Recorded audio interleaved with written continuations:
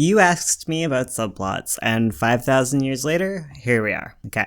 Subplots are an essential part of any long-form narrative. They run in tandem to your main plot, or plots, and they come in many forms, from the television-style A-plot, B-plot, to the division between relationship arcs. There's a lot that can be said about them, but I'd like to talk a little bit about creating cohesion through them. How do I make a subplot that fits my story? One of my favorite Christmas movies is Love Actually. This movie is basically 100% subplot in some ways, as it follows several different stories. Many of the characters in Love Actually know each other only tangentially, yet I absolutely adore how they all become tied together. This is my subplot role model. Now, there are many ways that these subplots work. They weave into one another, they hit beats in tandem to create a cohesive pace, and they all fit into the same tonal range.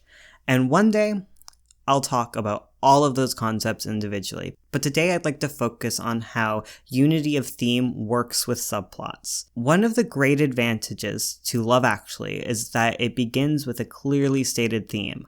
Love is actually all around us. It's hard to dispute its simplicity, and it works for a great example in this case.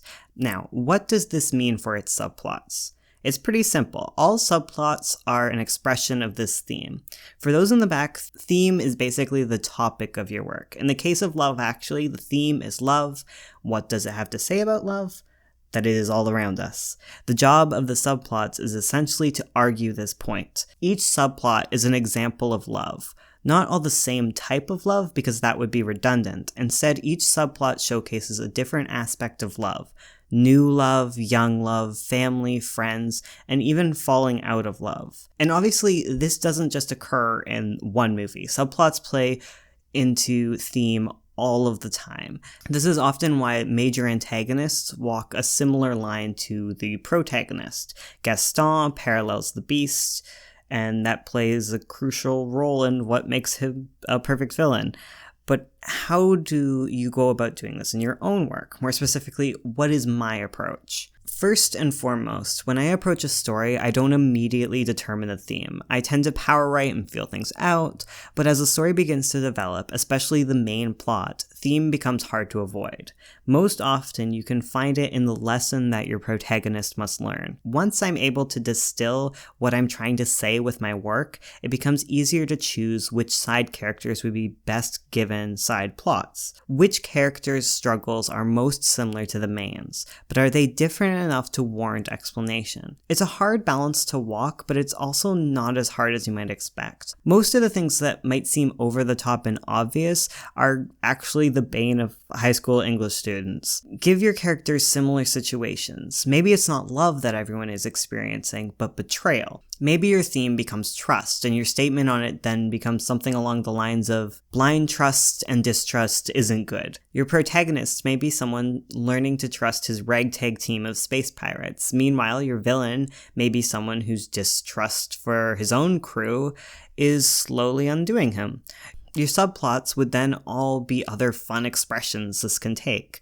Maybe there's a naive crew member that's never been betrayed that experiences the pain of it for the first time. Maybe someone is trying to make amends with their betrayer.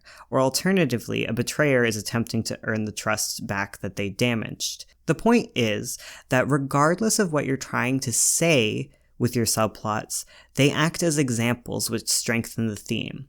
How they play out? Well, that's a completely different topic. But this is a good starting point for when you begin deciding which plots to choose. Also, there's sometimes more than one theme, like sub-themes, but typically those are expressed through the main plot or plots first, and the subplots might tackle one of those as well.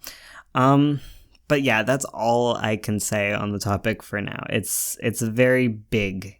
It's a daunting task. I'm sorry it took me forever to do this. I didn't want to upload videos while the 100 Days of Comics challenge was up, and this gave me some time to buffer out topics. So if you have any questions about writing, I'm very sorry.